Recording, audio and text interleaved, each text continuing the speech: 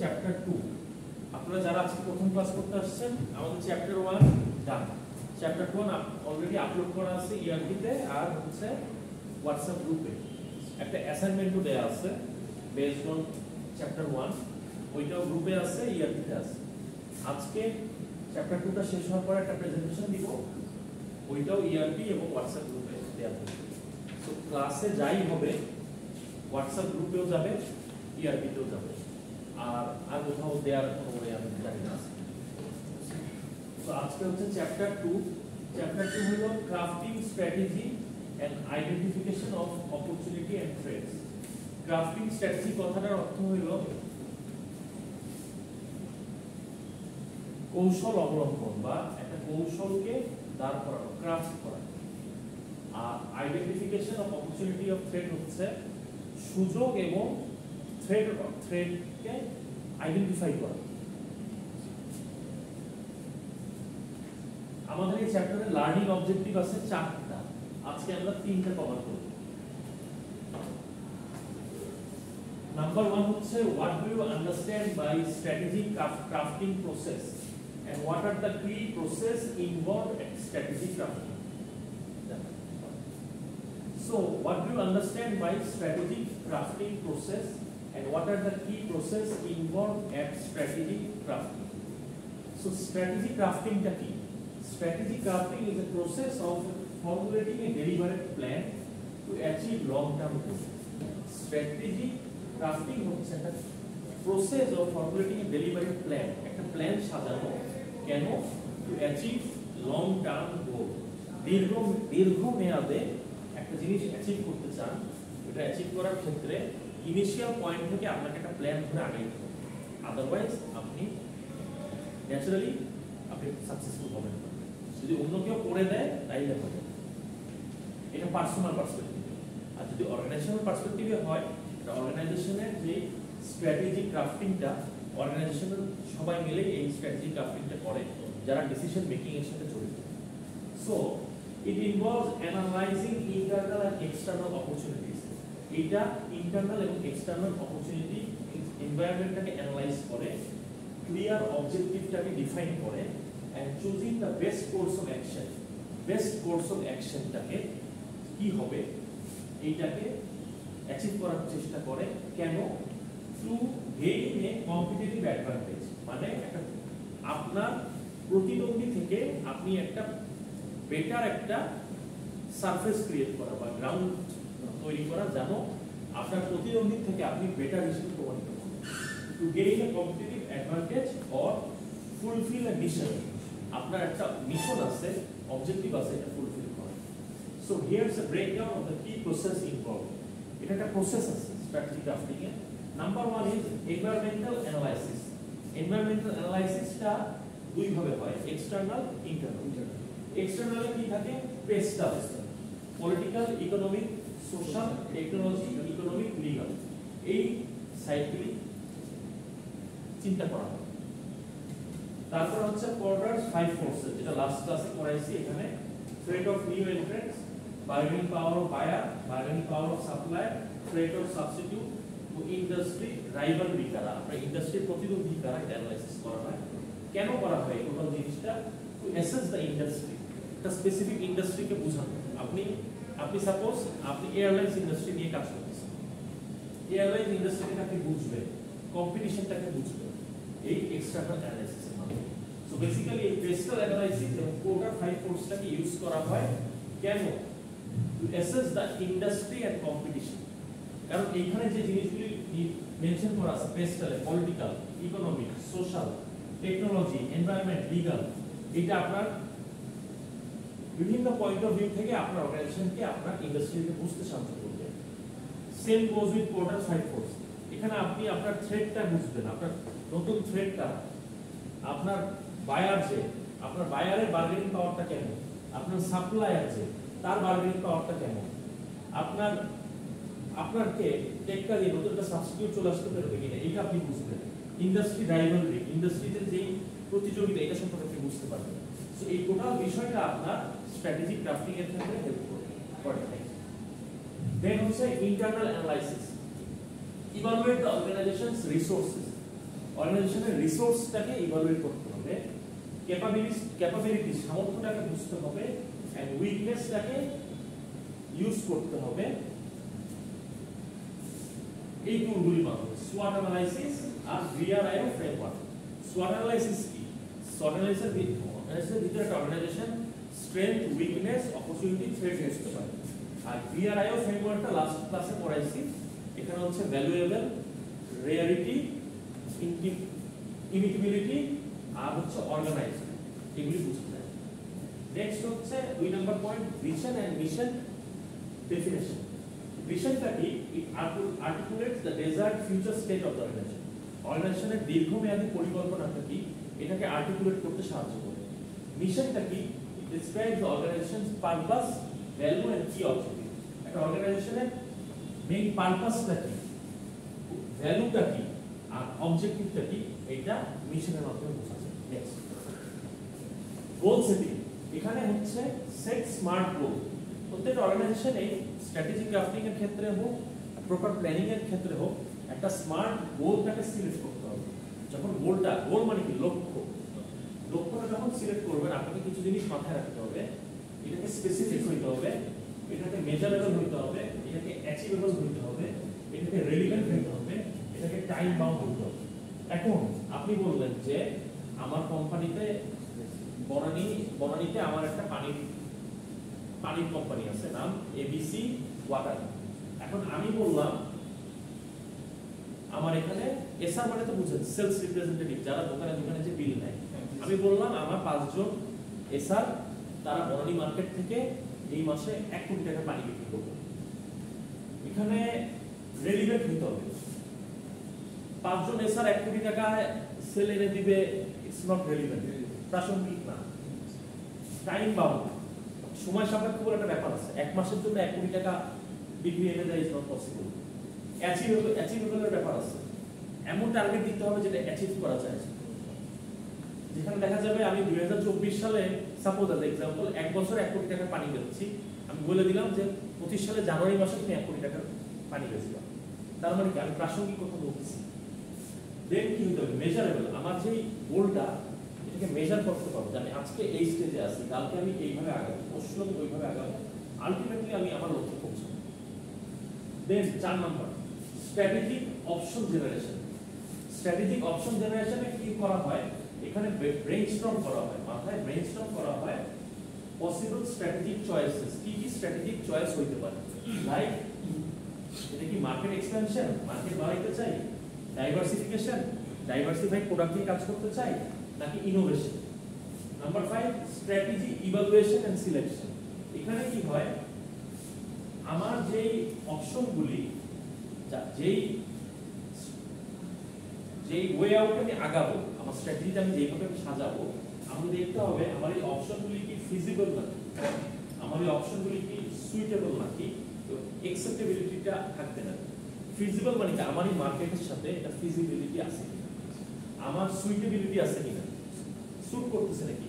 এখন আমি হঠাৎ করে বললাম যে আমি কানাডায় মানুষ যে ঠান্ডার সময় ওভারকোট পরে, আমি ওভারকোট এনে এখানে আমি ঢাকায় বেচি, সুইটেবল না, সুইটেবিলিটি নাই, অ্যাকসেপ্টেবিলিটি নাই।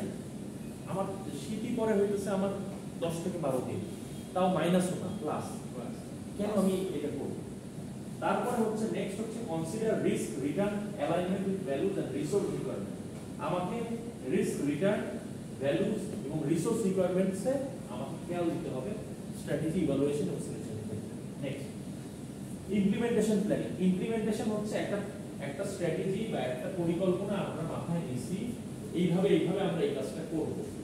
আমরা এখন ইমপ্লিমেন্ট করতেছি, প্ল্যানিং বাস্তবায়ন করতেছি।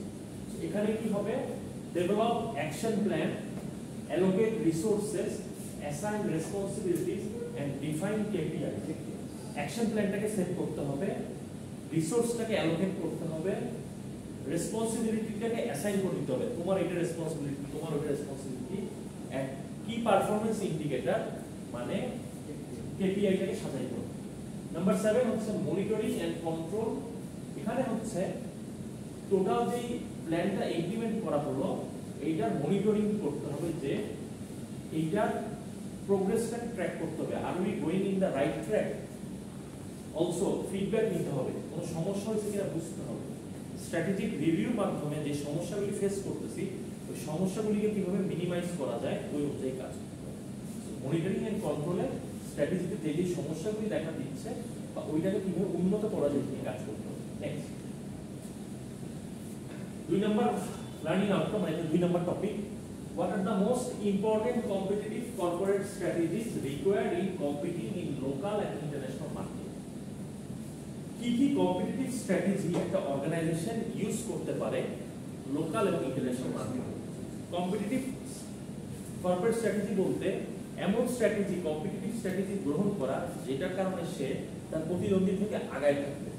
কারণ মার্কেটে তো পানি অনেকেই বেচে, একটা ভালো কম্পিটিটিভ যদি স্ট্র্যাটেজি না থাকে তাহলে তো আমি কিভাবে ব্যতিক্রম আমার কোম্পানিতে বুঝে যাবে। সো এই ক্ষেত্রে যেটা হয়, when competing in local and international market, companies typically adopt several basic competitive corporate strategies to gain and sustain an advantage which will result with finally product sale and profit maximization of the organization. So যেটাই যে competitive corporate strategy বা যে strategy নেওয়া হয়, final আউটকামটা থাকে কি, আমি profit করব, আমি বেনিফিট করব, আমি প্রোডাক্ট সেল করব। সো এখানে নাম্বার 1 পয়েন্ট হচ্ছে কস্ট লিডারশিপ। কস্ট লিডারশিপ হচ্ছে achieve the lowest production and distribution cost to offer lower prices than competitor. Product এমন একটা প্রোডাক্ট ম্যানুফ্যাকচার করা lowest possible rate with lowest possible distribution cost to gain the market share. এখানে benefit কি, it attracts price sensitive customer and deters new entrants। বা price sensitive customer যারা তাদেরকে এখানে attract করে এবং যারা সামনের দিনে যে প্রতিদ্বন্দ্বী হিসেবে যারা আসতে যাচ্ছে তাদেরকে প্রতিহত করে। এখানে অ্যাপ্লিকেশনটি is effective in both local and international context। Next এখানে হচ্ছে ডিফারেন্সিয়েশন স্ট্র্যাটেজি। ডিফারেন্সিয়েশন স্ট্র্যাটেজিতে মেইন হচ্ছে কি, offering different varieties of product so that it gets valued by customers. এখানে offer unique product services valued by customers. এখানে বেনিফিটটা কি হচ্ছে, it builds brand loyalty and reduces price sensitivity. Brand loyalty বাড়ায় এবং প্রাইস সেনসিটিভিটি যে বিষয়টা, যখন সে ডিফারেন্ট একটা কোম্পানির প্রোডাক্ট দেখতেছে তার একটু করে কম্পিটিটরদের ট্রাস্ট হয়, কারণ প্রাইস সেনসিটিভিটি জিনিসটা দাম থাকে। অ্যাপ্লিকেশন হচ্ছে it's vital in mature or saturated market where innovation and brand identity matter. এটা একটা এক্সাম্পল হচ্ছে Apple. Apple differentiates through design, user experience and integrated ecosystem. এটা আমরা লাস্ট ক্লাসে পড়ছি। Next focus niche strategy. এখানে হচ্ছে target a specific segment or geographic market with tailor offering. এখানে টোটাল মার্কেটে সবাই যে আমার টার্গেট মার্কেট তা না, স্পেসিফিক একটা নিশ মার্কেটকে টার্গেট করে কাজ করা হয়। এটার বেনিফিট কি, specialization increases in customer loyalty. আপনার যে স্পেশালাইজেশন ওইটার প্রতি আপনার কাস্টমাররা লয়াল হয় and reduces direct competition. Direct competition থাকে। Application is particularly effective in localized market or unique international segment. একটা এক্সাম্পল হচ্ছে টেসলা। কিভাবে initially Tesla focused on high-end electric vehicles before expanding into broader market. Number 4, innovation strategy. Innovation strategy হলো lead with cutting-edge products, service or processes. এখানে benefit হচ্ছে it creates fast mover advantage and high profit margin. Fast mover advantage কথাটার সাথে কি আপনার পরিচিত? মানে কি? স্যার ফার্স্টে যে একটা নিশ বা প্রোডাক্ট নিয়ে কাজ করা শুরু করে সে একটা অ্যাডভান্টেজ পায় মার্কেটে। ফার্স্ট মুভার যে কম্পিটিশন থাকে না, ফার্স্ট মুভার যেই প্রোডাক্টটা আনছে ইটস ইনোভেশন। সো এটা বেনিফিট হচ্ছে it creates first mover advantage and also high profit margin. সংশ্লিষ্ট যে প্রোডাক্টটা যদি হাইলি কাস্টমার দ্বারা ভ্যালুড হয় তাহলে হাই প্রফিট মার্জিনের সুযোগ থাকে। যদি কাস্টমার গ্রহণ না করে তাহলে হবে না হাই প্রফিট। এখানে তো স্যার ডিফারেন্ট কিছু সিচুয়েশন আছে, বিকজ টেসলার যদি এক্সাম্পল নেন, টেসলার আগেও কিন্তু ইলেকট্রিক ভেহিকেল বের করা হয়েছিল, মেবি মার্কেটটা ক্যাপচার করতে পারে। তারা যখন মার্কেটে আসছে তারা সবাইকে টার্গেট করে করছে। বা টেসলা যখন মার্কেটে আসছে, টেসলা টার্গেটে সবাই ছিল না। টেসলা ফোকাস এমনভাবেই করছে যে এমন মার্কেটে এমন কাস্টমারদেরকে নিয়ে আমি কাজ করব যারা হচ্ছে এই জিনিসটার ভ্যালুটা বুঝতে পারবে। টেসলার যে ইলেকট্রনিক কার, এখন সাপোজ আমি একজন মূর্খ বা আমি একজন সাপোজ অর্ধশিক্ষিত লোক বা কোনো অনার্স করছি, আমার কাছে তো গাড়ি হইলেই হইল, আমি তো টয়োটা দেখছি আজীবন, আমাকে যদি টেসলা করে অফার করে, আমার কাছে কোনো ভ্যালু নেই টেসলা। আমি গাড়ি চিনি টয়োটা, আমি গাড়ি চিনি হচ্ছে মারুতি সুজুকি, আমি তো টেসলা আমাকে তো আর ইলেকট্রিক কার বইলে লাগবে, আমি বলবো যে তো কিছু নেই। এখন টেসলা মার্কেট, আপনার প্রত্যেকটা মার্কেটেই আপনার কিছু শিক্ষিত লোক কাস্টমার আছে, কিছু অশিক্ষিত কাস্টমার আছে, কিছু হাফ এডুকেটেড কাস্টমার আছে। টেসলা মার্কেটটা এমনভাবে সাজাইছে যে যে তারা এমনভাবে নিশ মার্কেটটা নিয়ে কাজ করছে, এমন লোককে টার্গেট করছে। ধরেন আজকে টেসলা বাংলাদেশে আসছে, বাংলাদেশে আইসে টেসলা ধরেন স্ট্যান্ডার্ড চার্টার্ডে ধরেন head of branding, head of business development, One ব্যাংকের head of marketing, head of business, এইচএসবিসির head of marketing, head of business, এই সমস্ত টপ টায়ার লোকদেরকে তারা টার্গেট করছে। কেন করছে? তারা জানে এই মানুষগুলি মাথায় ভিউ আছে এবং তারা তাদের এই ইনোভেশনটাকে তারা একসেপ্ট করবে। বা যদি এই ক্ষেত্রে টেসলা টার্গেট করে প্রাণের আরএসএ, প্রাণের বিজনেসের, তারা কিন্তু ট্রেডিশনাল মাইন্ডের লোক, অলিম্পিক ফুড ইন্ডাস্ট্রিজের হেড অফ বিজনেস, আমি এজ এক্সাম্পল বলছি, এমন লোকদেরকে টার্গেট করছে যাদের ওই বিষয়টা নিয়ে একটা ইন্টারেস্ট থাকতে হবে, আদারওয়াইজ তো হবে না। আগে যারা এরকম কাজ করছে এই ইলেকট্রনিক কার মার্কেটে, তারা নিজেদেরকে এভাবে মার্কেটে আনতে পারে না, কারণ তারা ঢালাওভাবে কাজ করছে। এখন আপনার ঘটনা হইল, আপনি যখন শুরুতে সিমেন্স মোবাইলগুলি আসছিল ৮০,০০০ ১ লাখ টাকার যে সিমেন্স মোবাইলগুলি C65 C35, ওটা কিন্তু সবাই কিনে নেয়, সবাই কিন্তু টার্গেট মার্কেট ছিল ছিল প্রত্যেকটা কর্পোরেট অর্গানাইজেশনের সিইও মিওরা যারা ছিল, বড় বড় ডাক্তাররা যারা ছিল, তারাই কিন্তু এটা কাস্টমার ছিল। সো আপনাকে আপনার নিশ মার্কেটটাকে বুঝতে হবে, ওই অনুযায়ী আপনাকে ইমপ্লিমেন্ট করতে হবে। আপনি আপনার ভ্যালুয়েবল বা হাই কোয়ালিটি প্রোডাক্ট যদি সবাইকে ভাবেন আপনাকে অ্যাকসেপ্ট করবে, and because it is a new innovation, it is not right. So sir, ধরেন একটা কোম্পানি একটা স্ট্র্যাটেজি, ধরেন গ্রামীণ সিএম, তো তারা যে একটা স্ট্র্যাটেজি দিয়ে মানে বাংলাদেশ মার্কেট ডমিনেট করতেছে, এখন সেম একটা ধরেন সিমেন্ট কোম্পানি, একটা কোম্পানি সেম স্ট্র্যাটেজি নিয়ে কি তারা ডমিনেট করতে পারবে? না, সেম স্ট্র্যাটেজি নিয়ে সেম মানে সে এই স্ট্র্যাটেজি নিয়ে সে সাকসেসফুল একটা বিজনেস, সেম স্ট্র্যাটেজি এখন সে তার স্ট্র্যাটেজিটা নিয়ে স্ট্র্যাটেজিটা মানুষের কাছে স্ট্র্যাটেজি কিভাবে ইমপ্লিমেন্ট করছে। গ্রামীণ ফোনের যে ওয়ার্কফোর্স বা গ্রামীণ ফোনের যে ইনফ্রাস্ট্রাকচার, ওই এবিসি কোম্পানির সেম ইনফ্রাস্ট্রাকচার না, সেই টেকনোলজি না। এখন গ্রামীণ ফোন যেভাবে ইমপ্লিমেন্ট করতে পারছে, গ্রামীণ ফোন যেভাবে কাস্টমার এনগেজমেন্ট করতে পারছে, গ্রামীণ ফোন যেভাবে তার রুট লেভেলের মার্কেটে যারা আছে তাদেরকে দিয়ে যেভাবে কাজ করাইতে পারছে, ওই কোম্পানিটা সেভাবে পারছে কিনা এত গ্যারান্টি নাই। আর গ্রামীণ ফোন আজকের কোম্পানি না, গ্রামীণ ফোন আগের আমি জাস্ট একটা এক্সাম্পল, গ্রামীণ ফোনের জায়গা মানে অন্য কোনো বিজনেসের ধরেন যে একটা কোম্পানি একটা স্ট্র্যাটেজি নিয়ে সে সাকসেস বিজনেসটা, ধর আমি ওই সেম মানে প্রোডাক্ট নিয়ে বা ওই সেম স্ট্র্যাটেজি যদি আমি খাটাই, আমি তো আপনাকে সেটাই বলতেছি যে গ্রামীণ ফোনের যে ইনফ্রাস্ট্রাকচার, বা সাপোজ আমি সাইকেল বানাইছি, আমার সাইকেল সবাই পছন্দ করে কিনছে, এখন আমার সাইকেলটা বানানোর পরে যে আমি বিক্রি করছি, সবাই যে কিনছে, খালি তো ব্যাপারটা এইটা না যে আমি সাইকেল বানাইছি, মানুষের সামনে আসছি, মানুষ কিনছে, এখানে আরো অনেক কিছু ইনভলভ আছে।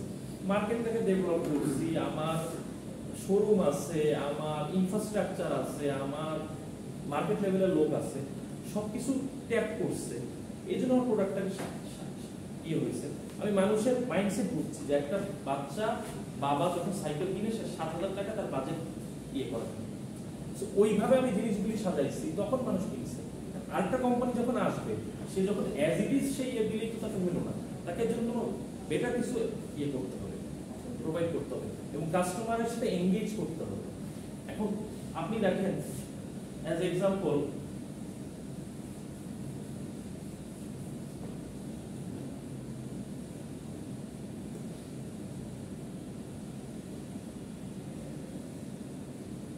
কেএফসিও তো একটা চিকেন ফোকাস, মানে কেএফসির main specialization chicken base product, right? এখন ধরেন এখানে অ্যাজ এক্সাম্পল বার্লিন ফুডসও তো একটা কিচেন চিকেন ফোকাস ব্র্যান্ড। তা এখন বার্লিন ফুডস তো কেএফসির মতো পারতেছে না, কেন পারতেছে না? What you think? বলেন, মানে আপনাকে বলি, আপনার কি মনে হয় প্রবলেমটা কি? বার্লিন ফুডসের প্রবলেম নেই।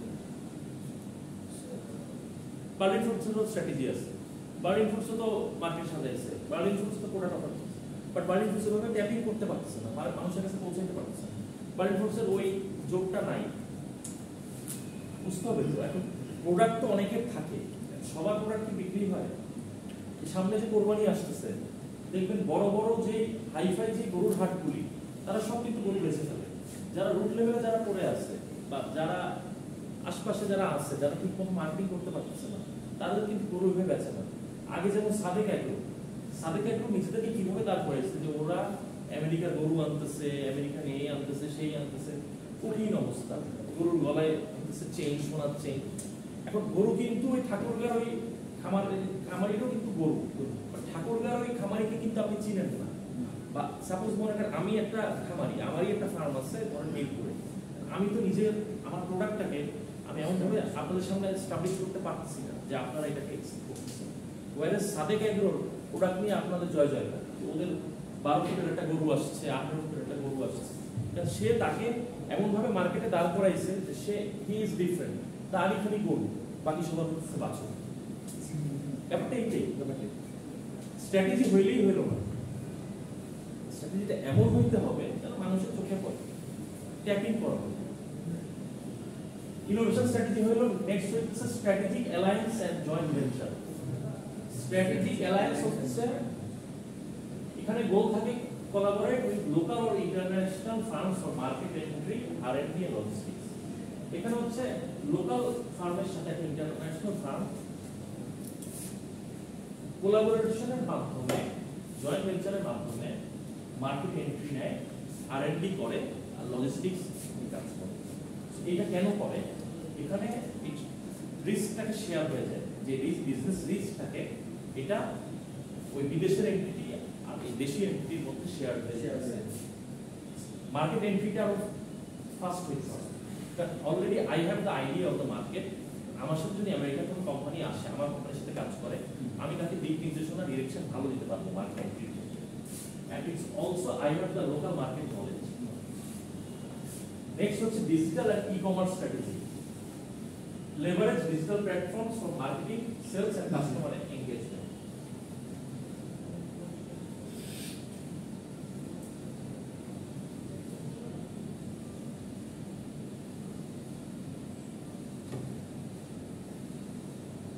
আচ্ছা, এভাবে দিলে হবে না, নাম লাগবে না, দেখে দিচ্ছেন গ্রুপে নাম লাগবে, নাম প্রোভাইড করে দিন। হ্যাঁ, নাম করে দিন। So digital and e-commerce strategy হচ্ছে leverage digital platforms for marketing, sales and customer engagement. Digital প্ল্যাটফর্মটাকে এমনভাবে ইউজ করা for marketing, sales and customer engagement. এখন দেখেন, ধরেন মিরপুর 10-এ একটা দোকান আছে হামজা ফুটওয়্যার, এন্ড হামজা ফুটওয়্যারের এই মিরপুর 10-এর শোরুমটা কিন্তু, আপনি কোথায় থাকেন? বনানী। আপনি থাকেন সাভারে, আপনি থাকেন মহাখালী। এখন হামজা ফুটওয়্যারে কি আপনি যাবেন জুতা কিনতে? আপনি জুতা কিনতে কই যাবেন? বাটা ল্যাপেক্স। আপনি হামজা ফুটওয়্যার কেন যাবেন? প্রথম কথা হচ্ছে সেটা আমার থেকে দূরে, আর এটা খুব বেশি একটা নয়।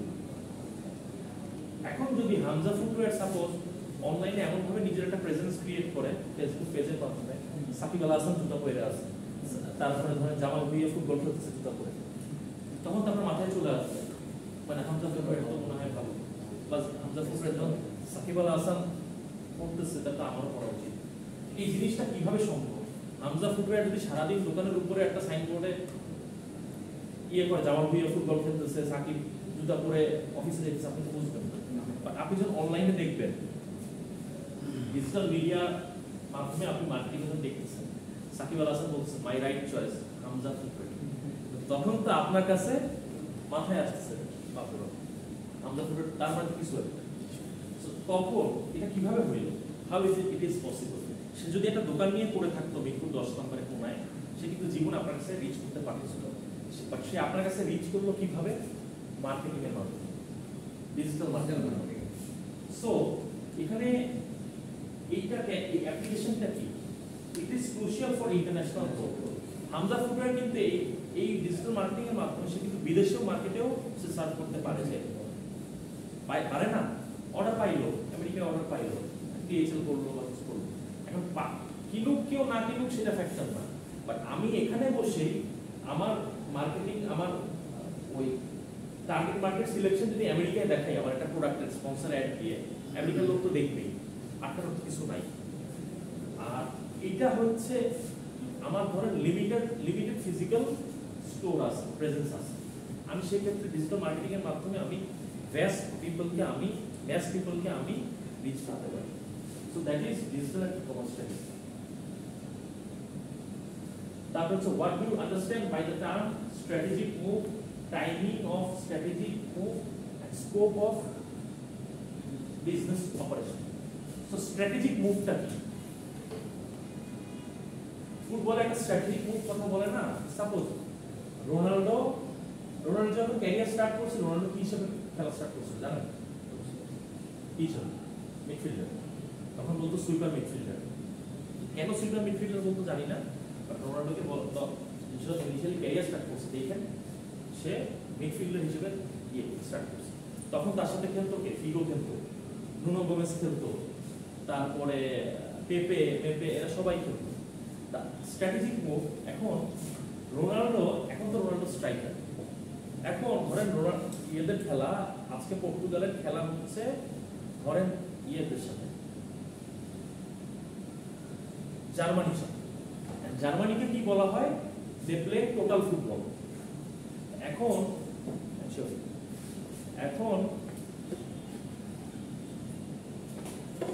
এখন ধরেন ফুটবলের একটা ব্যাপার আছে, আপনারা জানেন, ফরমেশনটা বুঝেন, 5-4-3 বা 4-4-2-1 এগুলো বুঝেন।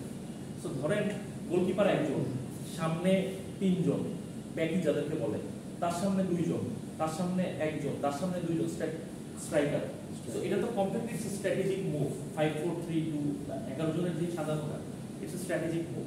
সো আজকে রোনাল্ডো বললো বা আজকে কোচ বললো আমাদের স্ট্র্যাটেজিক মুভটা আজকে হবে এরকম, আজকে আমাদের গোলকিপারের সামনে 5 জন থাকবে আর বাকি 5 জন মাঠে খেলবে।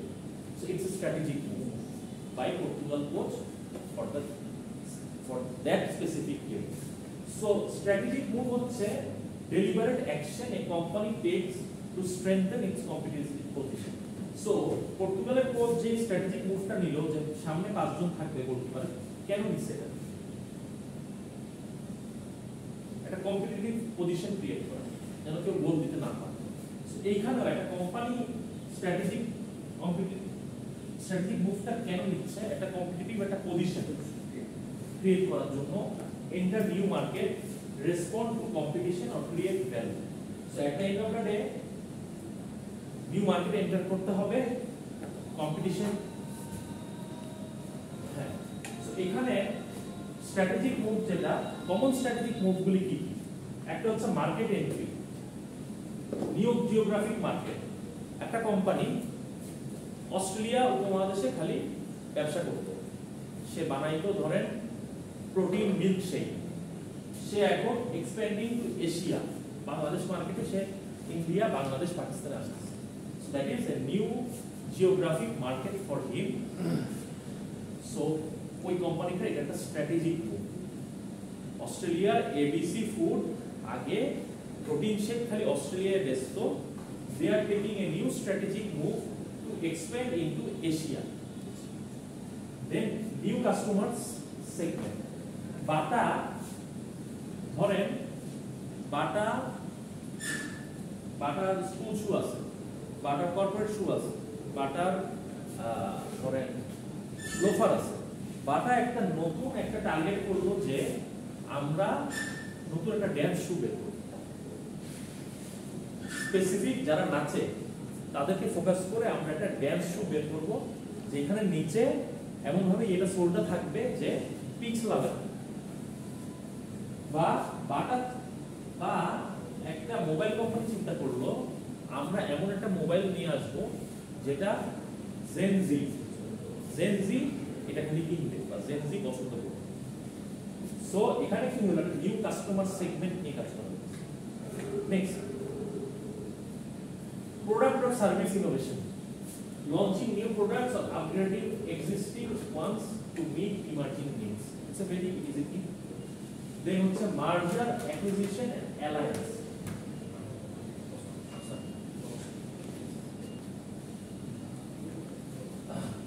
তারপরে merger, acquisition and alliance.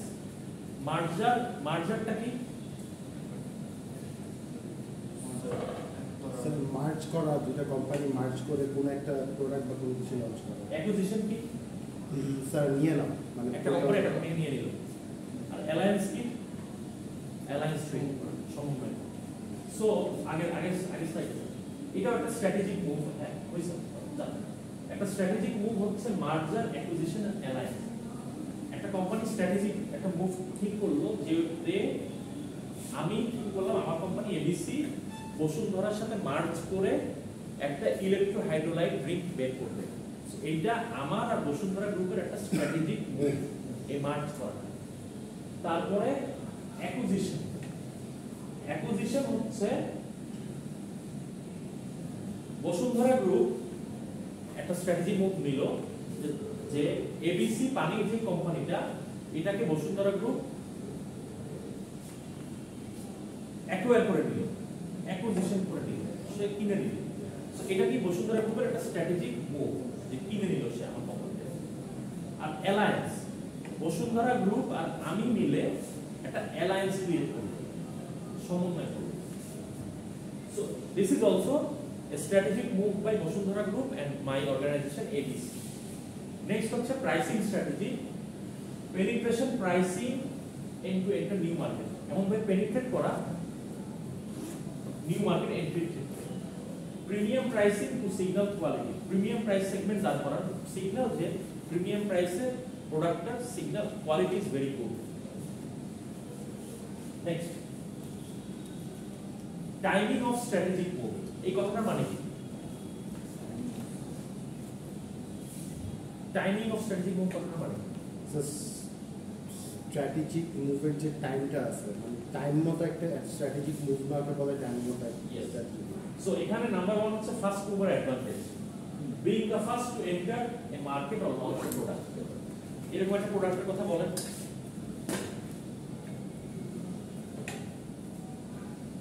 Mobile banking এর রকেট, SpaceX, আপনারা বলেছেন এখানে বাংলাদেশে মানে ইলেকট্রোহাইড্রোলাইট ড্রিঙ্ক, মানে কি আছে, এসএনসি আছে না?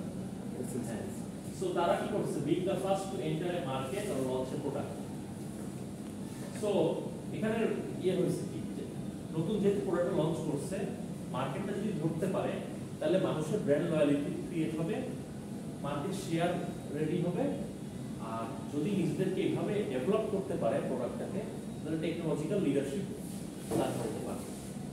রিস্ক ম্যানেজ, হায়ার কস্ট, কারণ একটা প্রোডাক্ট যখন ডেভেলপ করতেছে, ডেভেলপ ফেজে আর&ডিতে অনেক খরচ হয়, রিসার্চ এন্ড ডেভেলপমেন্টে। সো এখানে it's a higher cost thing initially. Also market uncertainty, মার্কেটটা অনিশ্চিত। আজকে যখন এসএমসি ইলেকট্রোহাইড্রোলাইট ড্রিঙ্ক নিয়ে যখন আজকে সাকসেসফুল, আমরা এসএমসির কথা বলতেছি, এরকম অনেক ইলেকট্রোহাইড্রোলাইট ড্রিঙ্ক আছে যারা মার্কেটে এসে টিকতে না পেরে চলে গেছে। যেমন আর্মিরই একটা ইলেকট্রোহাইড্রোলাইট ড্রিঙ্ক আছে, আর্মি, আপনি হয়তো নাম শুনেন নাই, কথা আর্মির একটা ইলেকট্রোহাইড্রোলাইট ড্রিঙ্ক আছে, আর্মিরা বের করছে, বোতলটা খুব সুন্দর, বাট মার্কেট টিকতে পারে না। So market uncertainty. Example, Tesla's early move in electric vehicle. Next, fast follower strategy. First follower strategy হচ্ছে, সাপোজ আপনি, আপনার নামটা রাহাত, রাহাত একটা এমন একটা জুতা বের করছে যে জুতায় পরে মানুষ 20 কিলোমিটার, 30 কিলোমিটার, 50 কিলোমিটার, 60 কিলোমিটার হাঁটলেও পা ঘামে না। কারণ কি, জুতার মধ্যে এমন একটা টেকনোলজি আছে, পায়ের যে ঘামটাকে, সোয়েটটাকে এটা কনভার্ট করে ফেলবে বাতাসের সাথে। বলার কথা বললাম, কি হইল কি না হইল চিন্তা নেই। রাহাত এটা করার পরে আমি দেখলাম, আমি রাহাতের জুতাটা জুতাটাকে আমি ফলো করলাম যে রাহাত যে জুতাটা এরকম করছে, ঠিক আছে রাহাতের এই জুতাটায় মানুষের পা ঘামে না, বাট রাহাতের এই জুতাটা পরে যখন মানুষ হাঁটতেছে 1-2 ঘন্টা হাঁটার পরে রাহাতের জুতা মানুষ জুতাটা পরে হাঁটতেছে, রাহাতের প্রোডাক্টটা মানুষের জুতা দিয়ে একটা গন্ধ বের হচ্ছে। আমি এই প্রবলেমটা রাহাতের বুঝলাম, তারপর একটা জিনিস বুঝলাম যে রাহাতের এই জুতাটা পরে যখন মানুষ 2-3 ঘন্টা ধরে হাঁটতেছে, মানুষের পা ঘামে না, কিছুই হয় না, বাট মানুষের পা 2-4 ঘন্টা হাঁটার পরে ফুলে যায়। আমি কিছু ক্লু কিন্তু পাইলাম যেটা রাহাতের প্রোডাক্টের কিছু সমস্যা। অ্যাজ এ ফলোয়ার আমি যখন প্রোডাক্টটা দাঁড় করাবো, আমি কি চিন্তা করব, আমি এমন একটা জুতা বানাবো যেটা মানুষের পা যে ফুলে যায় রাহাতের জুতাটা পরলে এটা না হয়, প্লাস দুর্গন্ধ যেটা ছড়াচ্ছে এইটাও যেন অমিট করা যায়। কিভাবে? আমি জুতার মধ্যে এমন কিছু একটা দিলাম যেটা ফ্রেগরেন্স ছড়াবে, যেমন কিছু কিছু টিস্যু পেপার থাকে না যে ভালো ফ্রেগরেন্স ছড়ায়। আমি আমার জুতার মধ্যে এমন কিছু একটা টেকনোলজি ইউজ করব যে যতই পা মানে পা তো ঘামবে না, বাট যে গন্ধটা ওইটা ফ্রেগরেন্সের মাধ্যমে চলে যাবে। সো এটা কিভাবে? এটা আমি রাহাতকে আমি ফলো করে রাহাতের প্রোডাক্টের প্রবলেমটা খুঁজে বের করে আমি ওই অনুযায়ী আমার learn from others mistake, reduce R&D cost আমি করলাম। That is first follower study. Next হচ্ছে টাইমিং মার্কেট এক্সিট। এখন রাহাতের প্রোডাক্ট রাহাত অলরেডি দাঁড় করায় ফেলছে, আমার প্রোডাক্ট আমি অলরেডি দাঁড় করায় ফেলছি, বাট এট সাম পয়েন্ট আমি বুঝতেছি আমার প্রোডাক্ট এবং রাহাতের প্রোডাক্ট কোনোটাই চলতেছে না। কার কোন প্রোডাক্ট চলতেছে? এখন পুলিশের বুট চলতেছে বা বড় বুট এখন মার্কেটে চলতেছে। এখন আমি আর রাহাত টাইমলি মার্কেট থেকে এক্সিট নিয়ে নিই, মার্কেট থেকে প্রস্থান করে যাব, যে নতুন প্রোডাক্টে চলে যাবে। That is timely market exit. Next, scope of business operation. Scope defines where and how broadly a company competes in terms of product, geographic and customer segment. Product scope, that broader scope যদি হয় a product offering many products, many services like Amazon. Narrow scope যদি হয় একটা product specific একটা ক্যাটাগরিতে খেলতেছে, যেমন GoPro যে অ্যাকশন ক্যামেরাগুলি স্পেসিফিক একটা ন্যারো বাঞ্চ অফ পিপল কিন্তু এই জিনিসটা ইউজ করে। আপনি কখনো দেখছেন বিয়ে বাড়িতে গ্রুপ ছবি GoPro দিয়ে তুলতে, বা অফিসে সেমিনার হইতেছে GoPro দিয়ে ছবি তুলতেছে, GoPro যে ট্রাভেল করতেছে সে ইউজ করতেছে, বা স্পেসিফিক একটা ক্যাটাগরির লোক ইউজ করতেছে। Geographic scope, local, competing within a country, global, operating across multiple countries. আর ভার্টিক্যাল স্কোপ হচ্ছে how much of the supply chain the company control. ধরেন রাহাত যে জুতাটা বানায়, যে জুতাটায় পা ঘামে না, ধরেন জুতাটা ভালো ফ্রেগরেন্স ছড়ায়, এখন রাহাত কতটা নিজের সাপ্লাই চেইনকে কন্ট্রোল করতে পারতেছে এটা রাহাতকে বুঝতে হবে। How much of the supply chain the company controls, Rahat কতটা কন্ট্রোল করতে পারতেছে তার supply চেইনকে in terms of manufacturing, in terms of distribution. That is vertical scope. এখানে ম্যানুফ্যাকচারিং এর কি, রাহাতের ম্যানুফ্যাকচারিং কি হয়, জুতায় সোল লাগে, এন্ড রাহাতের সোল সম্পর্কে রাহাতের আইডিয়া কি, সোলটা সে কই থেকে আনতেছে, রাহাত গ্লু কই থেকে আনতেছে, রাহাত ফিতা কই থেকে আনতেছে, রাহাত ডিস্ট্রিবিউশনটা কিভাবে করতেছে, রাহাত কি দোকানে দোকানে দিচ্ছে নাকি রাহাতের ডিলার আছে। সো রাহাতকে তার সাপ্লাই চেইনটা টোটাল প্রসেসটা কন্ট্রোল করা জানতে হবে। নেক্সট, এবার দেখেন ব্যাকে যায় কি হবে,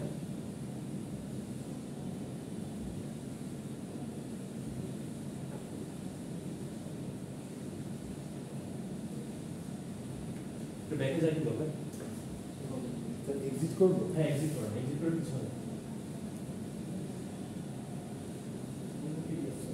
হ্যাঁ হ্যাঁ এখন এটা কোথায় রাখা, ওকে দেখো, ওকে দিলে আবার আসবে। এক্সিট করব।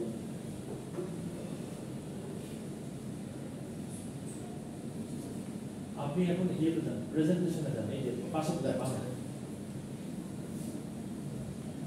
মানে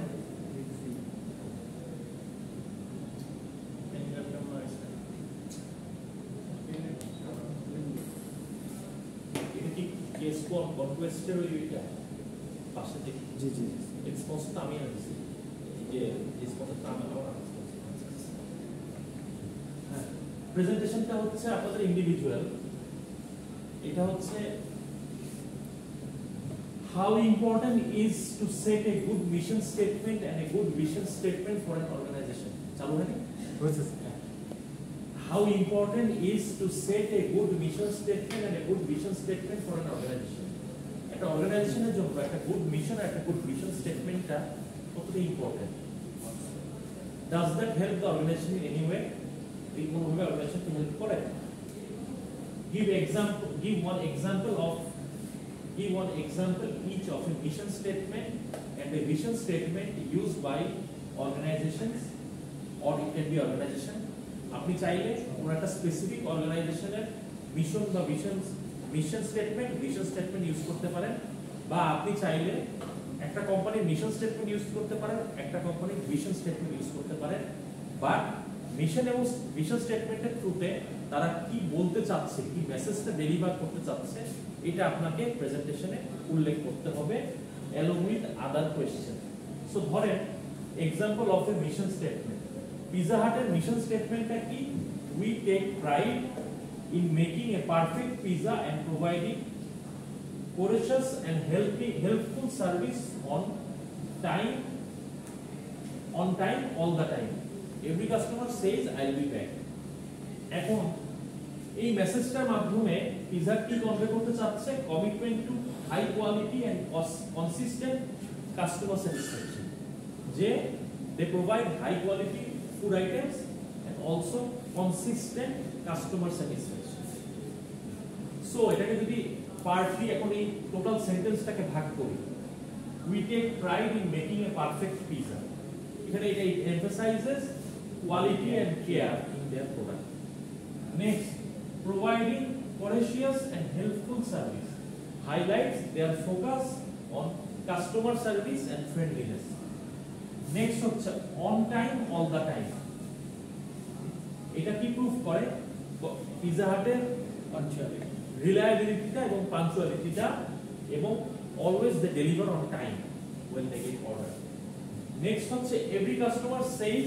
I'll be back প্রত্যেকটা কাস্টমারই বলে আমি ব্যাক করব it suggests overall experience is so positive যে customer return এটা কি ইন্ডিকেট করে it indicates that customer are very loyal to the brand কেন because they are satisfied with the product so আপনারা এরকম একটা কোম্পানির মিশন স্টেটমেন্ট লিখে টোটাল সেন্টেন্সটাকে তারা কি বোঝাতে চাচ্ছে এটা আপনারা বলবেন আর এখানে কোর মেসেজটা কি যদি আমি এই ডিটেইলি মেসেজিংটাকে কোর মেসেজে কনভার্ট করি কোর মেসেজটা হলো they want customers to know they deliver quality reliability and friendly service making them a place people want to return তার মানে কি পিজা তাদের কাস্টমারকে they deliver quality reliability and friendly service সে quality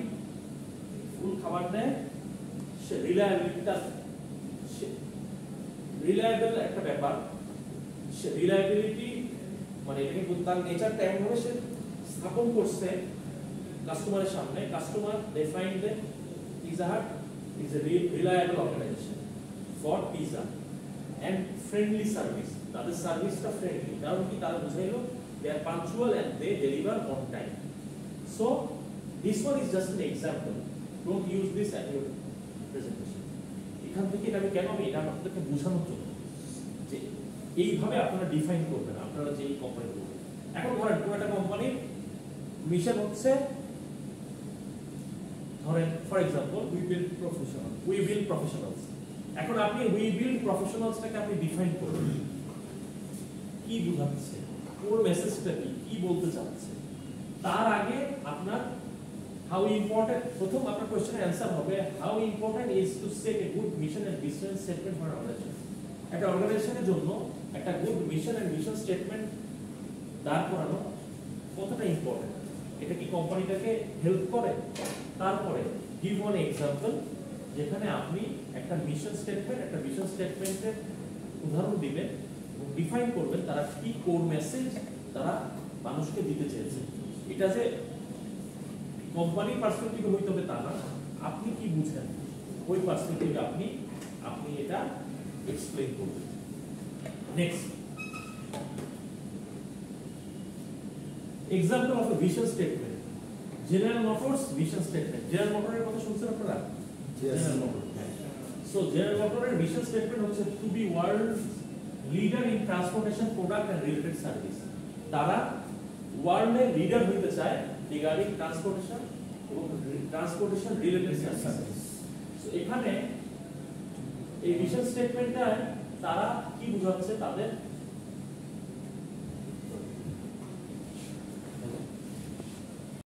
to be the world's leader in transportation products and related services. It's a vision statement that communicates their long-term ambition and strategic direction.